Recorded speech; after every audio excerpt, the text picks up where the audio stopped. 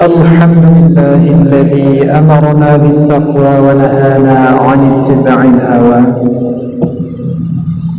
أشهد أن لا إله إلا الله وأشهد أن محمدا رسول الله. اللهم صل وسلم على سيدنا محمد وعلى آله وأصحابه المجاهدين الطاهرين. أما بعد فيا عباد الله اتقوا الله حق تقاته ولا تموتن إلا وأنتم مسلمون. وقال الله تعالى في القرآن الكريم وهو أصدق القائلين: أعوذ بالله من الشيطان الرجيم. بسم الله الرحمن الرحيم. يوم تجد كل نفس ما عملت من خير محضرا وما عملت من سوء تود لو أن بينها وبينه أمدا بعيدا ويحذرهم الله نفسه والله رؤوف بالعباد. صدق الله العظيم. Hadirin yang dimuliakan oleh Allah, oleh karena demikian Allah Subhanahu wa taala memberikan pilihan kepada kita dengan memberikan peringatan di dalam ayat Ali Imran-nya bahwa Allah memperingatkan kepada kita di akhirat kita mendapat dua pilihan. Tentunya pilihan yang akan kita pilih di negeri akhirat sesuai dengan perilaku dan apa yang kita lakukan semasa kita hidup di alam dunia. Pada kalam yang pertama Allah memberikan peringatan kepada kita, yauma tajidu kullu nafsin ma 'amilat min khairin muhdara wa ma 'amilat min su'in tawaddu law anna bainaha wa bainahu amadan ba'ida. Pertama Allah memberikan peringatan bahwa sungguh legetanya di negeri akhirat kita akan mendapatkan balasan baik, balasan get di atas apa yang pernah kita lakukan semasa kita hidup di alam dunia. Di mana apa saja yang pernah kita lakukan kita akan dipernampakkan oleh Allah Subhanahu wa taala, dan segala amal yang kita lakukan akan memberikan manfaat yang sangat kita harapkan di negeri akhirat tentunya. Banyak perbuatan-perbuatan atau perkara-perkara baik yang seharusnya kita lakukan uronya, kadang-kadang kita menunda-nunda sampai perbuatan tersebut tidak sempat kita lakukan. Bukankah per detik Allah Subhanahu wa taala akan menghisab? Per detik kita bisa memahami arti per detik kita akan diinterogasi oleh Allah Subhanahu wa taala waktu yang pernah kita jalani semasa kita hidup di alam dunia. Letak detik atau waktu-waktu yang telah kita sia-siakan, padahal kesempatan yang seharusnya kita lakukan sekarang tidak mungkin waktu yang sudah terlewatkan kita tarik untuk kita membuat sebuah ibadat di waktu yang sama, tidak akan mungkin. Tentunya perbuatan ibadah yang kita lakukan di waktu sekarang, perhitungannya adalah waktu sekarang, sementara waktu yang telah terlewatkan yang merupakan adalah waktu yang telah ditinggalkan. Ledakan mulai daripada awal balik umur kita 15 tahun, ketika kita menyadari, ketika kita mulai bisa beraktivitas mencari duniawi, kamu mulai sadar, kamu mulai mengenal dunia. Semenjak itu kita sudah banyak sekali menyia-nyiakan waktu untuk melaksanakan tugas kita selaku hamba Allah Subhanahu wa taala. Sehingga umur kita saat ini terkadang waktu yang pernah terlewatkan masih kita lakukan. Artinya pengalaman yang telah lewat mantong terlaksana, yuh masa getanya hampir mendekati ajal getanya. Hadirin yang dimuliakan oleh Allah Subhanahu wa taala. Bukankah semua yang kita miliki akan menjadi sebuah pertanggungjawaban di hadapan Allah Subhanahu wa taala? Baik berupa kesehatan kita, ataukah merupakan nikmat-nikmat berupa fisik, berupa harta benda yang diberikan oleh Allah Subhanahu wa taala, akan mendapatkan persoalan di hadapan Allah Subhanahu wa taala. Di dalam satu hadis Rasulullah sallallahu alaihi wasallam memberikan peringatan pada kita, la tazalu qadam 'abdin yaumal qiyamah hatta yus'ala 'an arba'i khisal. Tidak akan bergeser dua tapak kaki manusia di hadapan Allah Subhanahu wa taala sehingga Allah akan menyoalkan kepada manusia nantinya di negeri akhirat 4 persoalan.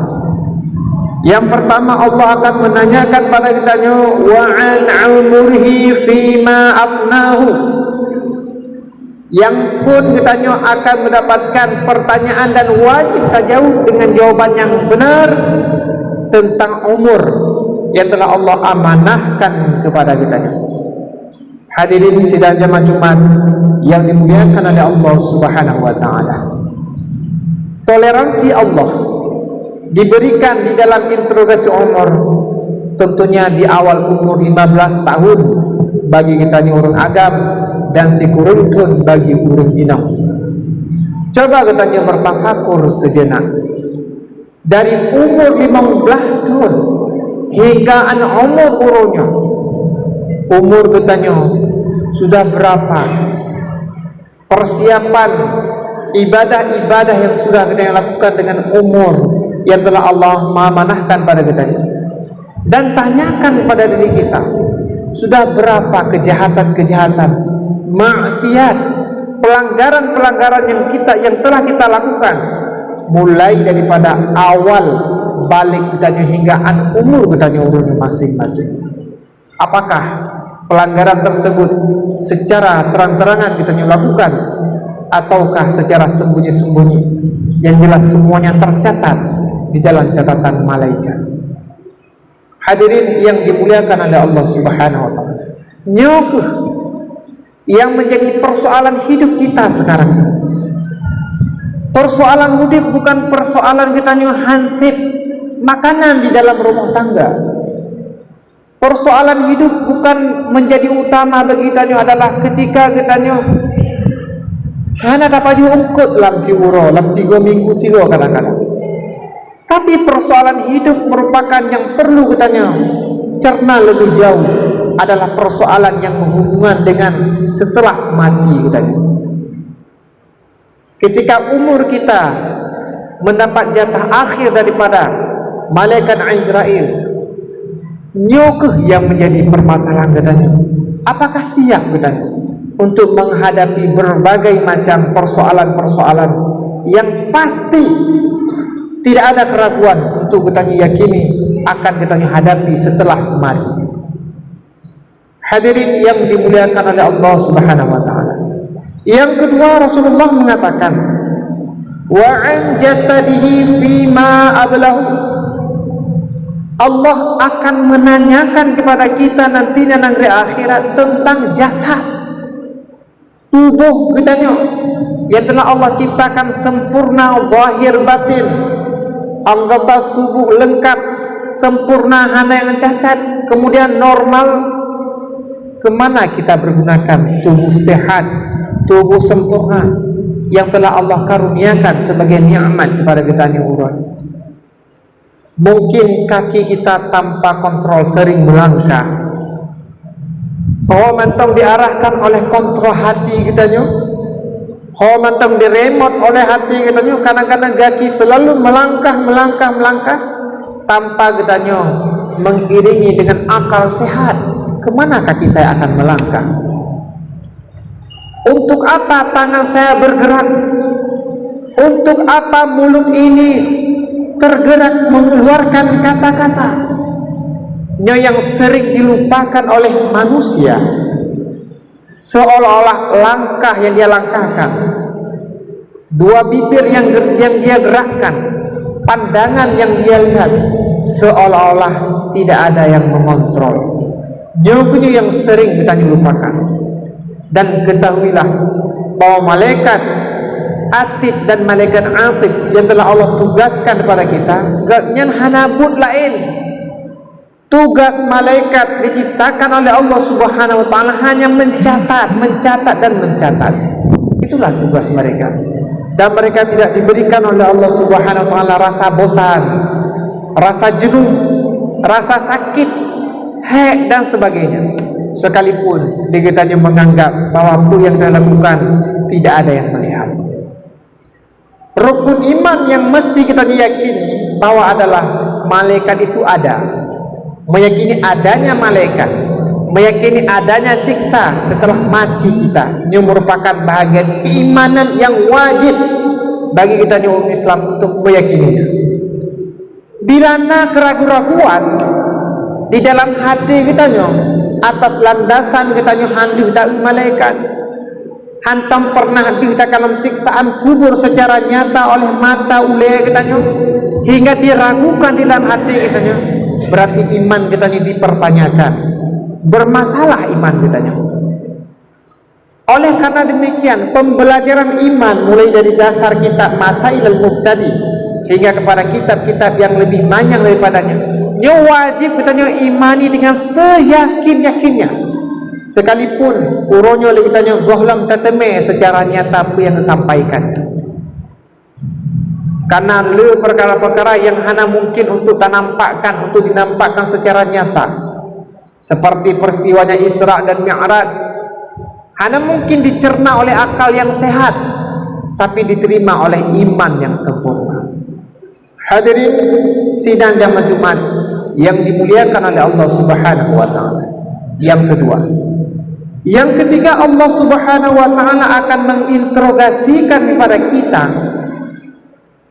wa ilmihi ma amala bihi. Allah akan mensoalkan tentang ilmu yang telah Allah karuniakan kepada kita. Ilmu yang merupakan anugerah daripada Allah Subhanahu wa taala. Pada dasarnya ketika awal kita muncul di permukaan bumi ini, kita tidak mengetahui apa-apa. Kemudian dengan kesempurnaan alat tubuh yang Allah karuniakan kepada kita, sempurna diberikan 2 mata untuk melihat, sempurna 2 telinga untuk mendengar, kemudian bagian organ tubuh yang lain sempurna untuk menjabat, untuk merasakan dan sebagainya. Disinilah sumber ilmu yang kita dapatkan.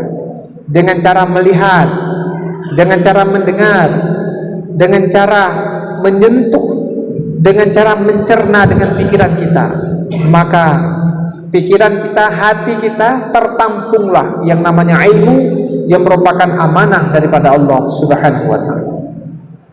Satu hal yang perlu kita yakini, bahwa yang dikategorikan dengan ilmu itu adalah secara umum, baik ilmu yang terkait dengan ukhrawi ataupun secara luas ilmu yang terkait dengan kehidupan kita sehari-hari. Ilmu dunia memandungnya adalah bersumber daripada Allah Subhanahu wa taala, dan setiap apa yang datangnya daripada Allah Subhanahu wa taala itu dikategorikan di dalam kategori nikmat, dan setiap nikmat wajib untuk disyukuri. La in syakartum la azidannakum wa la in kafartum inna 'adzabi lasyadid. Nikmat bila mampu dan syukuri sesuai dengan aturan Allah kita jalankan, maka nikmat tersebut akan diberikan keberkahan dalam kehidupan kita. Namun bila nikmat tersebut kita kufurkan, kita menggunakan bukan di jalan yang dianjurkan oleh Allah Subhanahu wa taala, maka azab Allah menanti untuk ditimpakan kepada kita. Hadirin yang dimuliakan oleh Allah Subhanahu wa taala, ilmu akan ditanyakan, ilmu agama ditanyakan bagi si pemegang ilmu agama tersebut, tentunya oleh ahli-ahli agama, para ulama-ulama. Mereka ini akan menjadikan sebuah amanah, mereka ini akan mempertanggungjawabkan amanah yang sangat besar di hadapan Allah Subhanahu wa taala. Maka seorang ulama ketika mengungkapkan sebuah hukum-hukum di dalam keagamaan, mereka ini sangat hati-hati, tidak sembarangan konasai mengkagak puluh sembarangan nyo berdasarkan pertimbangan pertanggungjawaban akhirat di dalam penyampaian agama. Karena apa yang disampaikan oleh para alim-alim ulama, apa yang mereka tulis di dalam kitab-kitab akan diamalkan oleh seluruh manusia, dan mereka akan mendapatkan imbalan yang sangat baik besar, sebagaimana Rasulullah mengatakan, man sanna sunnatan hasanatan falahu ajruhu wa ajru man amala bihi. Semantong yang menciptakan sebuah karya kebaikan, baik dalam bentuk nasihat, baik dalam bentuk karangan, baik dalam bentuk memberikan langsung praktek sebuah kebaikan pada manusia, ketika manusia tersebut memahami apa yang kita sampaikan dan manusia tersebut memberikan pembelajaran kepada generasi-generasi selanjutnya, maka pahala yang kita ajarkan atau yang kita memberikan pembelajaran yang pertama kita dapatkan sempurna. Juga orang-orang yang telah mengamalkan, di mana amalan atau perbuatan yang mereka lakukan terwarisi dari apa yang kita sampaikan, maka semenjak kita sampaikan sampai seterusnya menjadikan amal kita semasa hidup sampai akhirnya kita di dalam kubur. Inilah yang dinamakan dengan shadaqatun jariyah, amalun salihah, amal yang saleh. Hadirin yang dimuliakan oleh Allah Subhanahu wa taala, pertanggungjawaban akhirat. Juga ilmu yang terkait dengan duniawi. Kita ahli bagian komputer juga akan diinterogasikan oleh Allah Subhanahu wa taala. Dengan ilmu kita dapatkan, sudah berapa banyak ilmu tersebut terbantu agama dengan ilmu kita peroleh. Hari ini sangat banyak pemegang-pemegang ilmu yang terkait dengan duniawi yang mereka tidak dilandaskan dengan takwa yang baik, sehingga dengan ilmu yang mereka dapatkan, mereka memahami, mereka menganggap bahwa ilmu itu bukan datangnya daripada Allah Subhanahu wa taala dan tidak ada tanggung jawab akhirat. Padahal semua itu merupakan tanggung jawab di hadapan Allah Subhanahu wa taala atas ilmu yang telah mereka dapatkan secuil daripada Allah Subhanahu wa taala. Hadirin yang dimuliakan oleh Allah, Nabi Sulaiman alaihi salam, manusia yang paling banyak diberikan ilmu oleh Allah Subhanahu wa taala. Beliau yang paling banyak akan diinterogasikan oleh Allah Subhanahu wa taala tentang amanah ilmu yang telah dititipkan kepada beliau. Dan Nabi Sulaiman alaihissalam pernah ditawarkan oleh Allah Subhanahu wa taala, "Wahai Sulaiman, engkau aku berikan harta atau aku berikan ilmu kepadamu?" Nabi Sulaiman sangat bijak menjawab, "Ya Allah, saya menerima ilmu saja." Sehingga dengan keberadaan ilmu di dalam hati Nabiullah Sulaiman alaihissalam, dunia dia dapatkan. Maka oleh karena demikian, orang yang banyak ilmu, manusia yang paling banyak memiliki ilmu, dunia tentunya di dalam kekuasaannya. Hadirin yang dimuliakan Allah Subhanahu wa taala. Terakhir, Allah Subhanahu wa taala berdasarkan di dalam hadis akan menanyakan kepada kita, wa an malihi min aina iktasabahu wa fima anfaqahu. Allah akan menanyakan tentang harta yang hari ini sudah kita miliki dan yang akan kita miliki. Yang pertama, Allah akan menanyakan pada kita, min aina iktasabahu, dari mana kita usahakan? Apakah dengan cara halal atau dengan cara zalim? Ini menjadi pertanyaan yang pertama di hadapan Allah Subhanahu wa taala. Setelah Allah menanyakan min aina iktasabahu, juga Allah melanjutkan dengan wa fima anfaqahu. Untuk apa harta yang telah engkau miliki tersebut engkau pergunakan? Maka sangat banyak orang-orang yang telah mampu mendapatkan harta secara halal, terkadang mempergunakannya dengan secara haram, mempergunakannya secara menyeleweng dengan ketentuan Islam, baik dengan cara dia mengetahuinya, artinya kesengajaan, atau mungkin kesalahan tanpa menyadari bahwa itu merupakan sebuah kesalahan yang tidak bisa dimaafkan. Terkadang bukan langsung dengan kita. Harta yang kita miliki halal, kita tidak menyeleweng, tapi tanggung jawab kita, istri kita, anak kita salah menggunakan wewenang, salah menggunakan nikmat Allah Subhanahu wa taala bersumber dari apa yang sudah kita usahakan secara halal.